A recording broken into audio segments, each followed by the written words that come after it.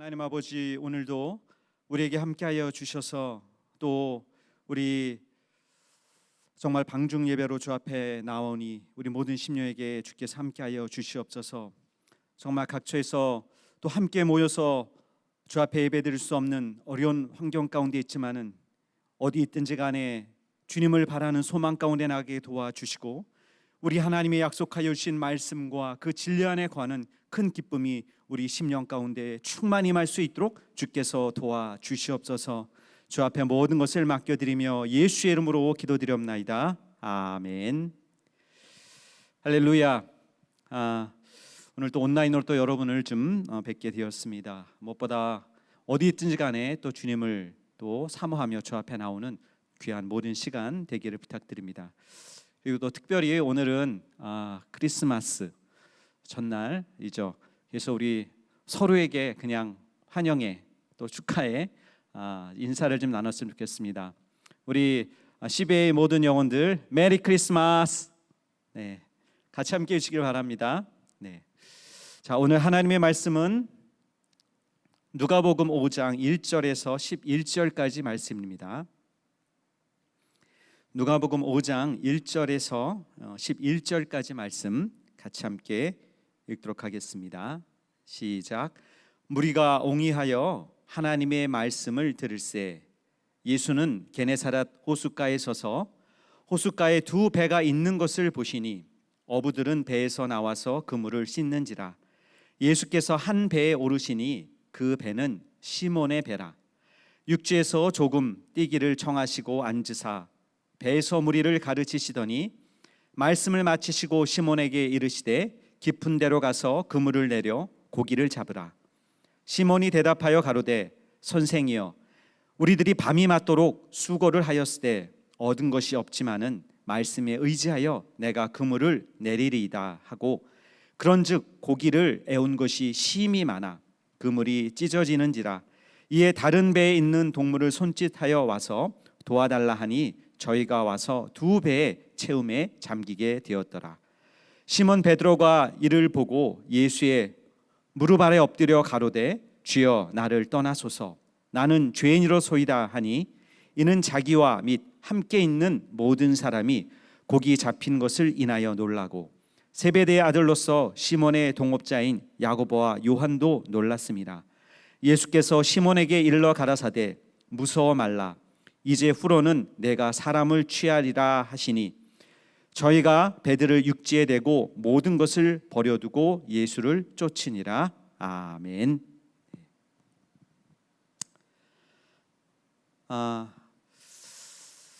무엇보다 우리는 하나님이 예수 그리스도를 통해서 이 땅에 오셔서 바로 예수 그리스도에게 부탁하시고 명하신 일이 무엇인가를 우리가 알고 참 믿음 안에서 주 앞에 나가는 것이 중요한 우리의 신앙입니다. 오늘 누가복음 5장 말씀에서도 잘 우리가 알고 있는 모든 상황처럼 예수님이 베드로를 찾아오시고 그 베드로에게 바로 말씀하시고 베드로가 정말 예수 그리스도를 만난 회심에 대한 모든 것을 정말 하나님 앞에 고백하게 되는 그러한 모든 상황을 우리는 보게 됩니다. 1절에 보면 게네사렛 호수라고 하는 그 지명이 나옵니다. 게네사렛 호수라고 하는 그 지명에 대한 부분을 지금 찾아보니까 우리가 알고 있는 갈릴리 바다라고 하는 것과 바로 예수님께서 마지막에 그 디베랴 호숫가에서 제자들을 부르시는 또 그 장면이 나오죠. 그 디베랴 바다라고도 하는 곳이 바로 지금 여기 나오는 게네사렛 호수입니다. 이스라엘에는 크게 그 지역에 호수가 두 개가 있다고 합니다. 지금 이렇게 나와 있는 것처럼 갈릴리 바다라고 하는 게네사렛 호수, 그것과 또 하나 우리가 잘 알고 있는 이스라엘에 가면은 어느 바다라고 얘기하죠. 사해, 죽은 바다라고 하는 사해라는 곳이 또 있다고 합니다. 근데 이 게네사렛 호수는 우리가 잘 알고 있는 것처럼 그 이스라엘에서 그 헬몬산, 그 높은 산에서 흐르는 그 눈이 다 녹아서 깨끗한 물이 내려오는 곳이 바로 게네사렛 호수라고 합니다. 이 호수에는 따뜻한 그 갈릴리 주변에 모든 물들이 모이면서 200여 종에 넘는 그런 다양한 물고기가 서식하고 있고, 그 호수 주변에도 많은 삶의 터전으로 되어져 있어서 오히려 생명의 호수 이렇게 표현을 한다고 합니다.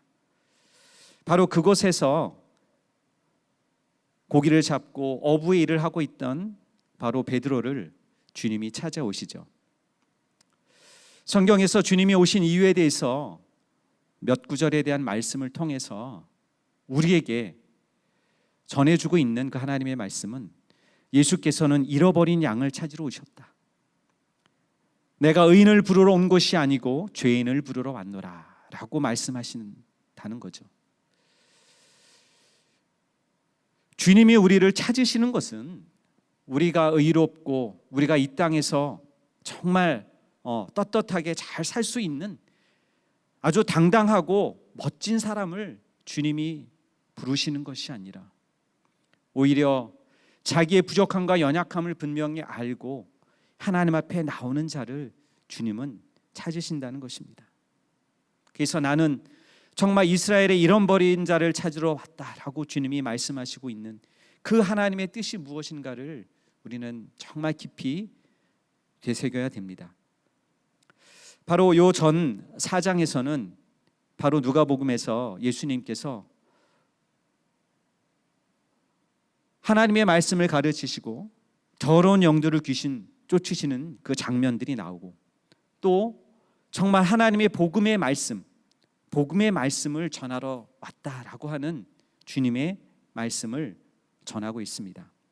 누가복음 4장 43절에 이렇게 말씀하고 있습니다.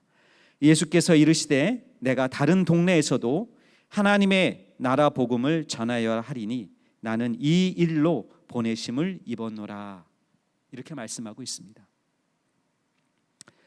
주님이 그 하나님의 복음을 전하러 왔다라고 하는 것, 그럼 이 복음을 듣고 이 복음을 깨닫는 자, 바로 그런 자를 하나님은 찾으시고, 또 그 하나님을 만나고 주님 앞에 돌아오는 그 자를 주님은 반겨 맞으신다는 거죠.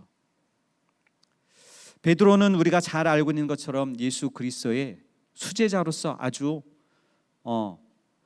성경에서는 말씀하고 있습니다. 그의 하나님을 향한 어떤 특심, 하나님을 향한 충성됨, 그것은 우리가 성경을 통해서 잘 알고 있는 바입니다.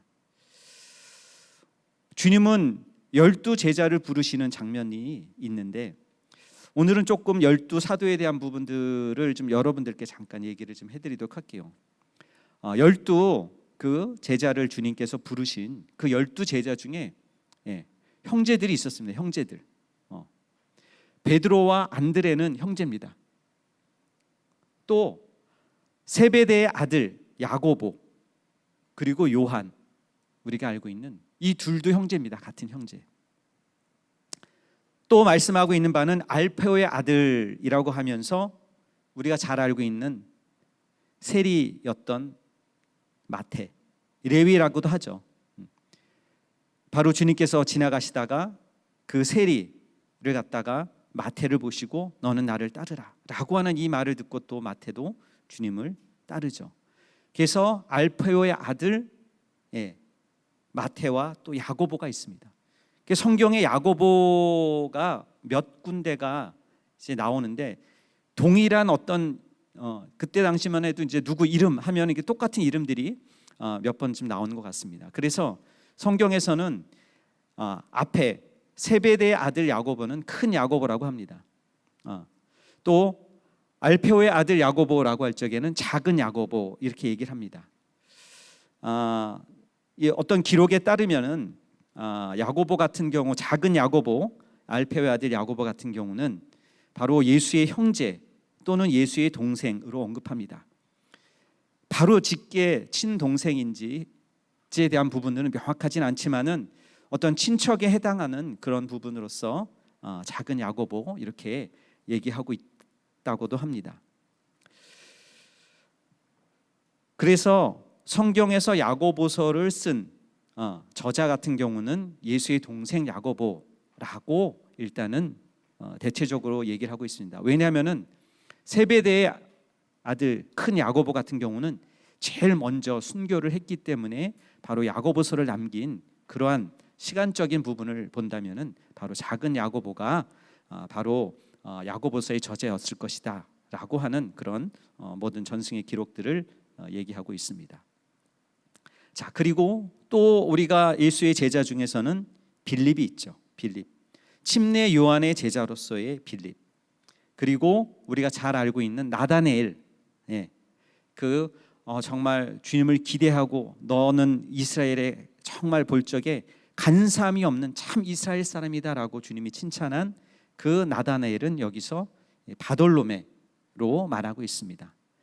그는 마지막에 정말 순교에 대한 살갗이 벗겨지는 그 상황까지 이르러서 정말 순교했다라고 또 모든 기록에 대한 부분을 얘기하고 있습니다. 그리고 우리가 알고 있는 것처럼 도마, 의심이 많았던 도마, 내가 주님의 손가락에 손을 넣어보지 않으면 믿지 않겠다라고 했던 도마가 있고요. 그 다음에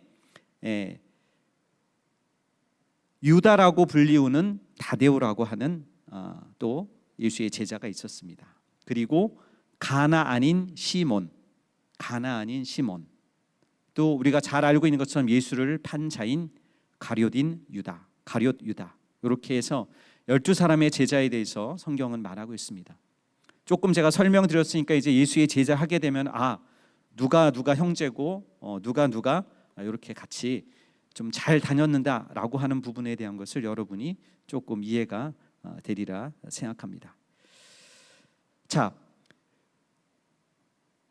베드로는 바로 예수를 만나는 그 전 정말 밤이 맞도록 수고하고 애쓰면서 자기의 삶을, 자기의 생업인 그 어부의 일을 하면서 고기를 잡으려고 애썼던 상황들을 성경에서는 잘 말씀하고 있습니다. 그러나 고기를 잡지 못하고 와서 그물을 씻고 있었다라고 합니다. 그것은 뭐냐면은 오늘은 다 포기했. 오늘은 그냥 공쳤으니까 오늘은 쉬어야지. 라고 하면서 마지막 뒷정리 작업으로 그물을 씻고 있었던 상황이었죠. 그러나 많은 무리가 함께 예수님이 오시는 것을 그는 보았고 예수님께서 배를 띄워달라라고 하면서 그 베드로의 배에 올라서 그 무리에게 하시는 말씀을 그는 모든 그물을 씻고 자기의 이 일을 다 마치려고 하는 가운데서 그분의 말씀을 듣는 아주 절호의 기회가 그에게 찾아왔던 것이죠. 우리가 잘 알고 있는 것처럼 예수는 그가 행하시고 나타내시는 모든 일들 가운데서 항상 이적이 따랐고 예수의 말씀을 들으려고 많은 사람들이 같이 함께 쫓았다라고 하는 것을 우리는 알고 있습니다. 바로 그 예수 그리스도의 말씀은 권세 있는 자와 같았고 다른 사람들과의 말씀과는 분명히 차원이 달랐다라고 하는 것을 알게 됩니다.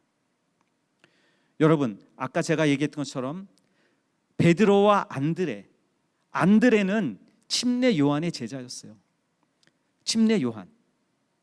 물론 베드로는 어부였지만은 그냥 동생이 저기 하니까 나는 상관없어. 라고 생각했을지 모르겠지만은 안드레가 그와 같이 침례 요한을 쫓았다라고 하는 것은 우리가 잘 알고 있는 것처럼 이스라엘은 오실 메시아를 기대하는 그 신앙을 가지고 있었습니다. 그렇기 때문에 바로 베드로도 자기의 생업 어부의 일을 했었지만은 동생이 침례 요한을 만나고 침례 요한 다시 오실 자가 있다라고 하는 그 얘기를 분명히 베드로도 들었을 것이라는 거죠. 그렇기 때문에 물론 자기의 생업을 이제는 그날은 다 포기해야 되겠다라고 했지만은 예수의 소문이 있었고 예수가 많은 무리를 향해서 하시는 그 말씀에 대해서 그냥 나는 귀를 닫고 듣는 그 상황이 아니었던 거죠.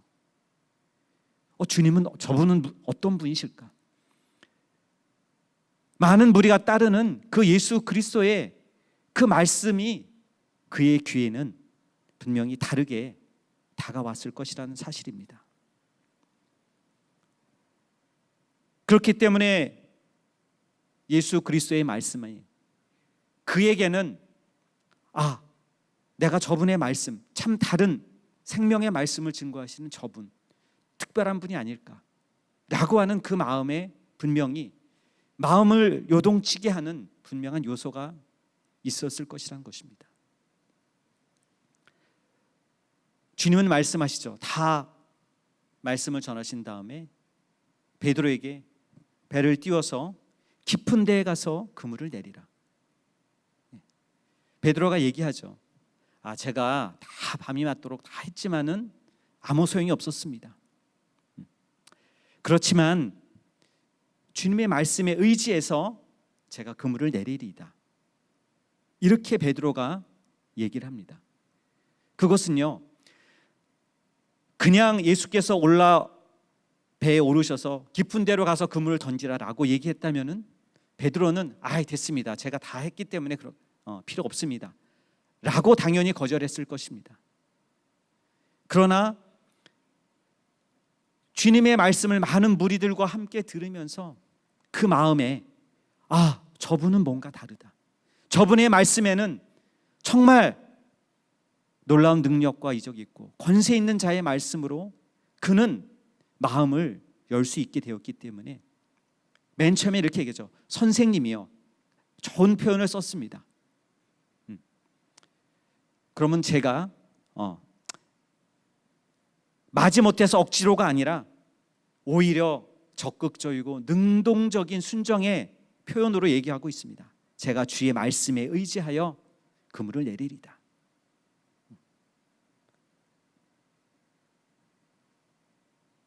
우리가 하나님의 말씀을 들을 때 어떠한 상황으로 하나님의 말씀을 듣느냐? 말씀을 듣기는 들어도 그 말씀 앞에 내가 순종하고 겸손히 그 말씀을 받으려고 하는 하나님의 사모함을 갖고 하나님의 말씀을 듣는가? 아니면은 말씀을 전해봐라. 나는 너를 평가하겠다. 라고 하는 식으로 하나님의 말씀을 듣는 교만한 자의 그 모든 마음과는 분명히 다르게 하나님의 말씀의 역사는 나타나게 된다는 것입니다. 베드로는 자기의 경험과 자기의 어떤 노력, 자기 스스로에 대한 모든 것을 내려놓고 좋습니다. 그러면은 내 생각과 내 모든 것을 내려놓고 주님의 말씀에 입각하여서 내가 한번 순종하겠습니다. 라고 하는 그 열린 심령으로 그물을 내렸습니다. 그때 놀라운 하나님의 이적이 나타나게 되죠. 너무 그물을 많이 잡아서 오히려 동무들에게 손짓해서 다 오라 라고 해서 아주 그물이 찢어질 정도의 많은 고기를 잡게 됩니다. 그 다음 베드로의 고백이 무엇입니까? 바로 예수님께 와서 자기의 무릎을 꿇고 고백합니다. 나는 죄인입니다. 나를 떠나소서. 이것은요, 자기의 노력과 자기의 모든 능력을 갖고 살았던 그 가운데서 이제 그분의 말씀, 정말 영원한 주가 되시는 그 예수 그리스도 앞에 자신은 아무런 할 것이 없는 나약하고 무가치한 자라는 사실을 인정하고 주님 앞에 고백했다는 것입니다. 많은 사람들은 아직도 예수 그리스도 주님에 대한 생각과 마음, 오늘도 이제 크리스마스 전날이지만은 사람들은 아마 즐거운 크리스마스를 지내려고 많은 어떤 다른 곳에서 뭐 지금은 이제 코로나 상황이기 때문에 밖으로 나갈 수 있는 부분들이 제한적이겠지만은 세상의 사람들은 크리스마스가 즐거운 날이에요. 노는 날, 뭔가 가족끼리 오붓한 시간을 가질 수 있는 날로서 여길 것입니다. 그러나 이 땅에 오신 주님은 이 어둠의 음부를 뚫고 내려오셔서 자신의 모든 것을 다 내어주고 그리스도의 보혈을 흘림으로 말미암아 우리에게 영원한 생명을 주시는 그 일을 위해서 이 땅에 오셨다는 사실이죠. 그렇기 때문에 진정 예수 그리스도의 음성을 듣고 주님을 만나서 자기가 얼만큼 죄인 되었던 자고 세상과 버타야 살고 하나님 없이 살았던 자기의 모습을 보게 된 자는 주님 앞에 꼬꾸라질 수밖에 없고 자기의 모든 것을 주님 앞에 내려놓을 수밖에 없는 것입니다.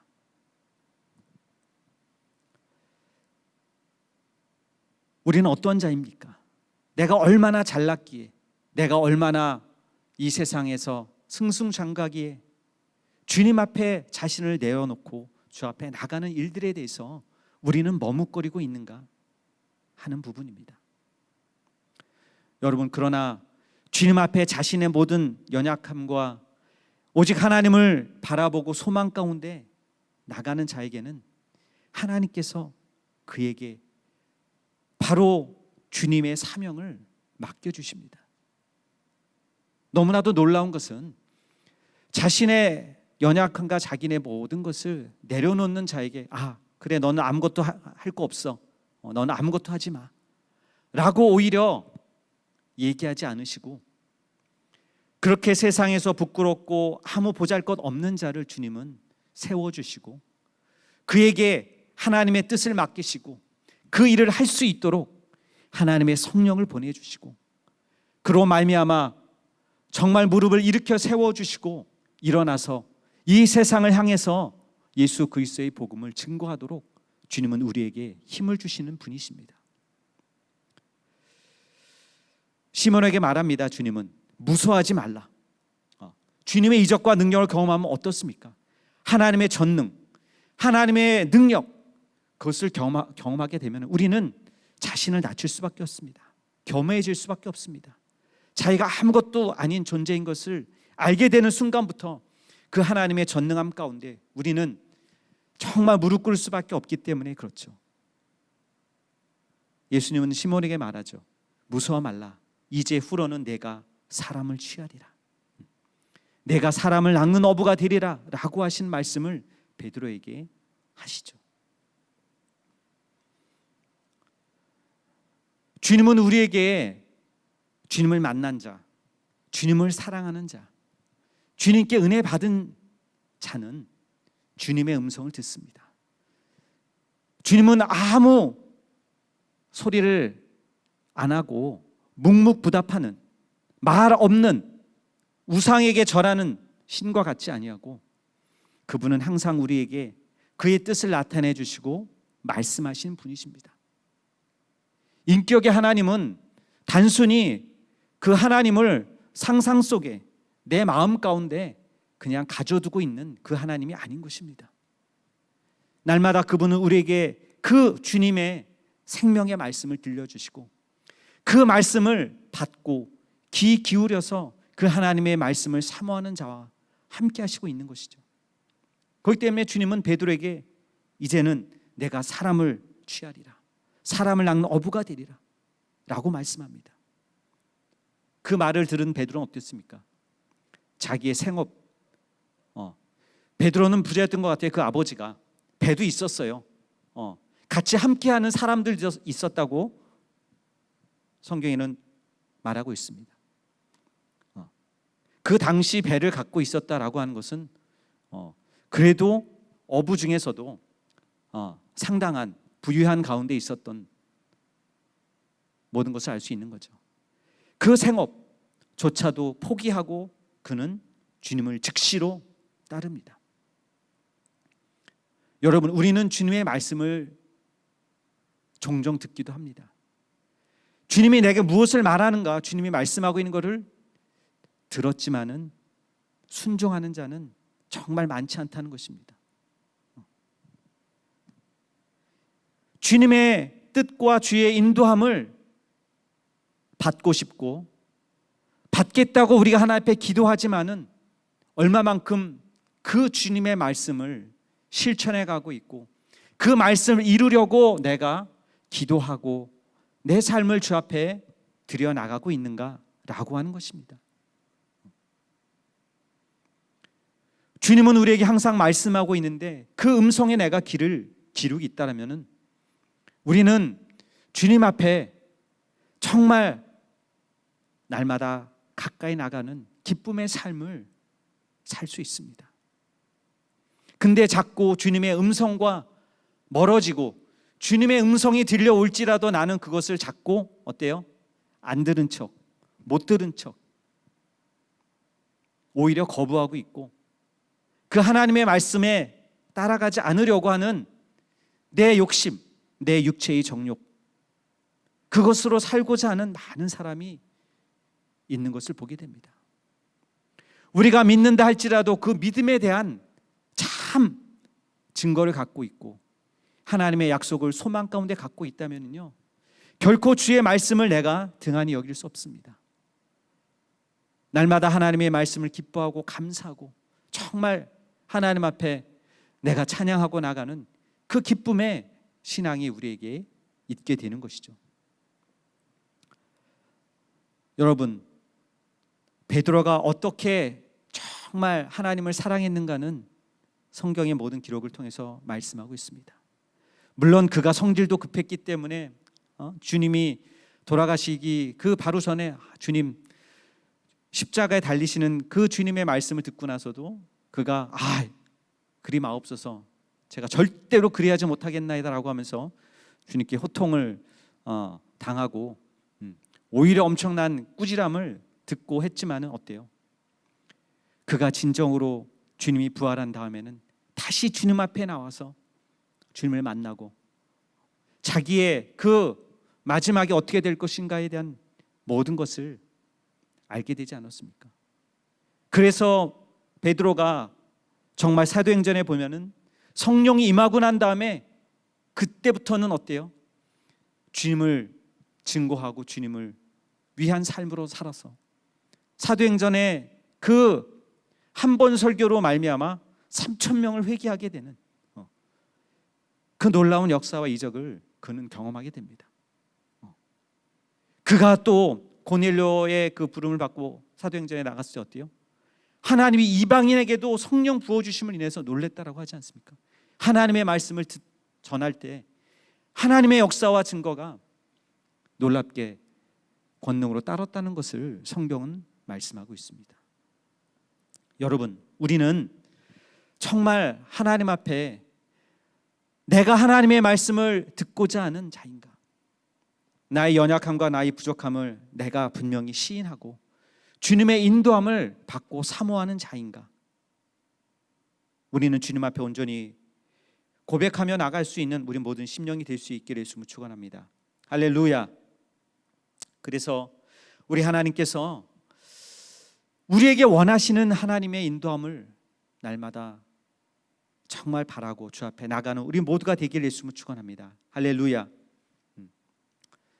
아브라함이 자기의 삶을 드렸던 것처럼 바울이 내가 갖고 있던 모든 세상의 학문과 지혜, 능력 이거 다 배설물로 여기고 주님을 위해서 자기의 모든 것을 맡기며 나갔던 그 같은 자처럼 주를 만난 자는 이 세상의 어떤 것과도 주님과 비교할 가치가 없다는 것을 그들은 알기 때문에 최고의 가치, 예수 그리스도를 믿고 영원한 영생을 얻는 것이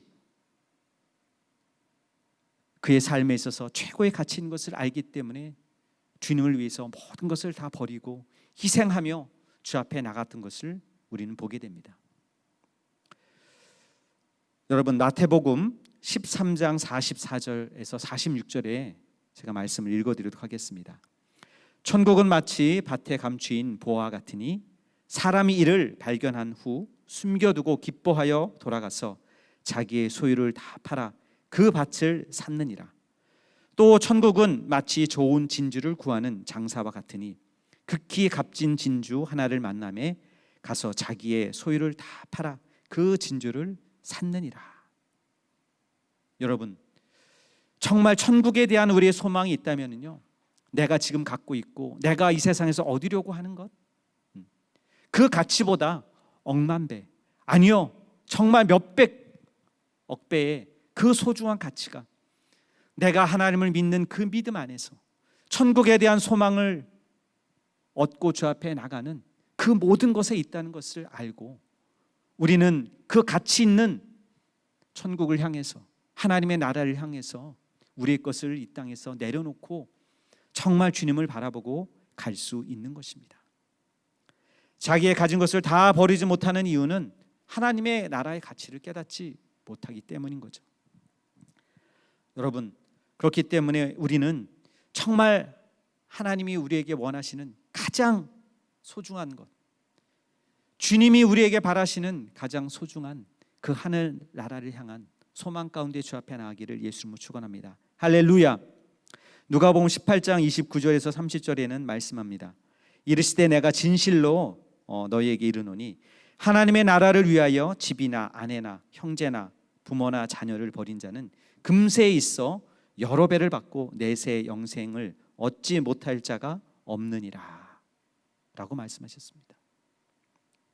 물론 이 땅에서 얻고 소중한 자기의 부모와 또 자기의 소중한 형제나 자녀들 중요한 문제겠죠. 그러나 우리 주님이 우리에게 주시고자 하는 이것은 더 하나님 앞에 영원한 것을 얻도록 주님은 우리에게 예비하여 두고 있다는 사실입니다. 그렇기 때문에 우리가 자꾸 이 세상의 것에 얽매이고 또 그것에 대한 가치에 대한 모든 것을 우리가 마음이 빼앗겨 있다면 주님을 사랑할 수 없는 것입니다. 바로 베드로는 자기가 어떠한 자인가를 철저히 알았기 때문에 주님을 만나고 나서 고백하는 거죠. 아, 주님, 저는 죄인입니다. 이 죄인을 떠나셔야 됩니다. 나는 주님을 뵐 수 없는 자입니다. 라고 하는 그의 진정한 고백이 있었던 것입니다. 여러분, 그러나 주님은 죄인을 찾아오신 것입니다. 나를 살리시려고, 나를 도우시려고, 나와 함께 하시려고, 이 영원한 음부 가운데, 죽음 가운데서 나를 건지시고자 하는 주님의 사랑이 없었다면 우리는 주님과 영원한 관계를 맺을 수 없는 자였던 것입니다. 그래서 여러분, 우리는 정말 우리 하나님이 약속하여 주신 예수 그리스도를 참 내가 모시고 그 주님으로 말미암아 사는 영원한 영생의 삶이 우리에게 약속되어 있다는 것을 알고 잃어버린 자를 찾아오시고 죄인을 찾아오신 주님을 정말 내가 깊이 만나고 정말 이제 주를 위해서 사는 삶, 주님을 영광되게 높여드릴 수 있는 삶으로 나가는 우리 모든 영혼 될 수 있기를 예수님으로 축원합니다. 할렐루야. 우리는 너무나 부족하고 연약한 자입니다. 주님 앞에 내세울 것이 없는 부족한 자인 것을 우리는 고백할 수밖에 없습니다. 그러나 주님은 말씀하고 있습니다. 내가 너와 함께하리라. 또 주님은 우리에게 부탁하고 있습니다. 나를 위해서, 누가 나를 위하여 갈고, 이 복음을 누군가는 증거해야 되는데 이 놀라운 생명을 전하지 않으면 안 되는데 누가 이 일을 할 것인가? 내가 너를 사람 낚는 업으로 정말 너를 부르리라. 음부의 권세가 이기지 못하는 교회를 세우게 하신 하나님의 뜻, 바로 베드로는 순종하고 그것을 성령으로 말미암아 마지막까지 이뤄내고 정말 십자가에서 거꾸로 달려 죽는 그 순교의 삶으로 주님 앞에 온전히 나갔던 것을 봅니다. 여러분, 이 땅에 오신 예수 그리스도 날 살리시러 오셨다는 것. 여러분, 우리는 큰 구원의 기쁨을 갖고 이제 영생의 약속을 온전히 주님이 주셨습니다. 그렇기 때문에 우리가 정말 소망 가운데 주 앞에 나가야 되고 또 정말 주님을 바라보는 기쁨이 날마다 충만해야 될 것입니다. 여러분, 정말 우리가 날마다 성령으로 말미암아 이 소망 가운데서 능히 이겨나가고 역경과 어려움과 모든 환난을 능히 성령의 이끄심으로 말미암아 정말 내가 하나님 안에서 능히 이겨나갈 수 있는 우리 모든 심령 될 수 있기를 예수님으로 축원합니다. 할렐루야. 그래서 우리 모든 영혼이 모든 어려움과 환경들 다 각각에 있습니다. 그렇지만은 주님의 음성을 정말 내가 날마다 깊이 깨닫고 주 앞에 나감으로 말미암아 이 어려운 모든 가운데서 우리가 정말 이겨나가는 믿음의 삶을 우리 모든 10의 영혼들 정말 주 안에서 승리해 나가는 기쁨이 우리 모두에게 있기를 예수님으로 축원합니다. 할렐루야. 나를 살리려고 찾아오신 주님을 정말 기뻐 맞이하고 또 정말 감사와 영광을 돌리는 우리 모든 영혼이 되기를 예수님으로 축원합니다. 할렐루야. 자, 우리 같이 기도하도록 하겠습니다. 시간 하나님, 나를 인도하여 주셔서 나를 찾아오신 주님을 내가 깊이 있게 깨닫고 만날 수 있는 이 귀한 시간 될 수 있도록 인도하여 달라고, 또한 내가 주 예수를 능히 증거해 나가고 하나님을 높여드리는 온전한 믿음의 삶, 정말 육체로 살지 아니하고 성령으로 말미암아 날마다 기뻐하는 삶으로 나가는 우리 모든 영혼 될 수 있도록 하나님 나를 인도하여 주시옵소서. 이 시간 우리 예수야만 하고 같이 기도하도록 하겠습니다. 예수여, 우리 하나님 아버지, 날마다 주를 기뻐하며 주 앞에 나가는 우리 모든 삶 있게 도와주시옵소서. 하나님 아버지, 성령으로 인도하여 주시옵소서. 우리의 모든 삶이 얼마나 정말 주 앞에 온전치 못했는가를 깨닫게 하여 주시고, 내가 부족한 삶, 연약한 삶, 또 하나님 앞에 얼마나 죄인 되었던 것인가를 돌이킴으로 말미암아 이제 주님의 은혜와 사랑을 알고 주께로 나갈 수 있는 믿음 있는 자로 성령의 사람으로 나를 변화시켜 주시옵소서. 나를 만나고 나를 찾으러 오신 그 주님의 은혜와 사랑을 내가 기억하는 자 되고 그 주 앞에 온전히 무릎 꿇고 하나님을 경배하는 삶, 하나님을 예배하는 삶으로 나갈 수 있도록 내 영혼을 인도하여 주시옵소서. 정말 주님께서 모든 영광 가운데 이 땅에 오셔서 정말 우리를 구원하시고자 하는 그 주의 뜻을 우리에게 보여주셨사오니 십자가에서 죽으심과 그 보혈의 은혜를 우리가 날마다 기억하며 주 앞에 나가는 온전한 삶이 우리 모든 영혼에 있도록 우리 하나님 도와주시옵소서. 하나님 성령의 나타남을 도와여 주시고 오직 이 시간에 주 앞에 마음을 들여 나가는 우리 모든 심령마다 하나님이 함께하여 주시고 도와주시옵소서. 그러므로 말미암아 우리를 위하시는 그 하나님의 사랑을 알게 하여 주시고 나를 찾아오시고 나와 함께 하시는 그 하나님 앞에 감사와 영광을 올려드리는 우리 모든 영혼 될 수 있도록 하나님 붙들어 주시옵소서. 하나님 아버지, 내게 영원한 생명을 주심을 감사오니 이 기쁨과 감격을 날마다 증거하는 믿음의 삶, 증거의 삶, 성령의 삶이 있도록 도와주시옵소서. 우리 하나님이 함께하여 주시고 이끌어 주시고 인도하여 주시옵소서. 예수 이름으로 기도드리옵나이다. 아멘. 하나님 아버지, 주님 앞에 귀한 예물을 드린 우리 귀한 영혼들 각각의 영혼과 가정을 주께서 복 주시고 인도하여 주시옵소서. 어렵고 힘든 환경 가운데도 우리가 온라인으로 예배하며 주 앞에 귀한 믿음의 고백을 드리며 주께로 나간 우리 모든 영혼을 복 주시고 성령으로 역사하여 주시옵소서. 주 앞에 감사의 예물을 드리는 우리 모든 영혼들과 가정에 하나님이 함께 하심이 있도록 도와주시고 오직 주님이 찾으시고 주께서 기억하시는 우리 귀한 모든 영혼 될 수 있도록 인도하여 주시옵소서. 주 앞에 모든 것 맡겨드리며 예수 이름으로 기도합니다. 아멘.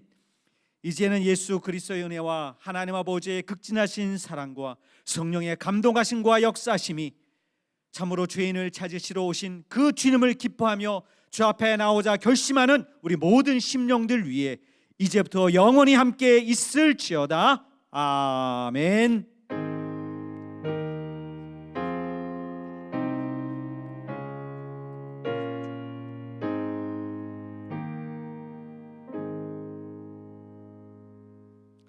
네, 할렐루야. 내일은 또 성탄 축하 예배가 있는 날입니다. 여러분 11시 또 기억하셔서 또 성탄 예배에도 성공하시기 바라고요. 우리 모든 영혼들 또 각각의 위치에서 정말 기쁨으로 성탄 축하하며 주 앞에 나가는 우리 모든 귀한 영혼 되기를 바랍니다. 할렐루야. 메리 크리스마스.